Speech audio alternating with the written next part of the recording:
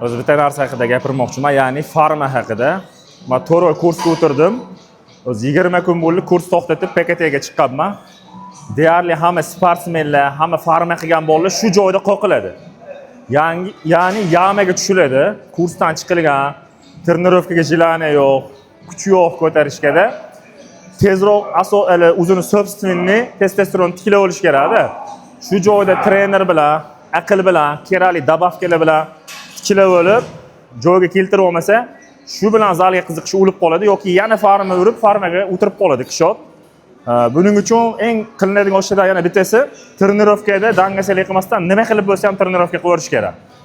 Ovqatni farmada qanaqa ushalgan bo'lsa, yaxshi oqsilga boy yeyilgan bo'lsa, ovqatni ham ushab qolish kerak bo'ladi. Shunda ham forma ham qoladi. Yamadan tezroq chiqib ketiladi. Shuning uchun biz ham taslim bo'lmaymiz. Bugun oyoq bosamiz. Oyoq ham o'zingiz testosteroningiz tezroq ko'tarilishiga bitta sababchilardan bitta mashg'ulot prisedание. Hop. To'xtash yo'q atlet.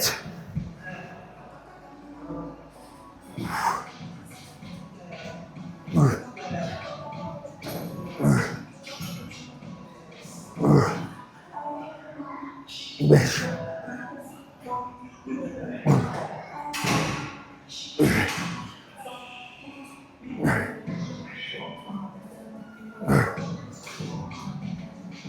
Hop. Keyin bunaqa holatda og'ir ko'tarmaslik kerak. Kursda misol uchun 170 ham ko'tardim. Hozir bilmayman, 80 bo'lsa kerak. Kursdagidagi ko'taraman deb travma qilib qo'yasizlar o'zingizni. Sal pasaytirish kerak bu holatda.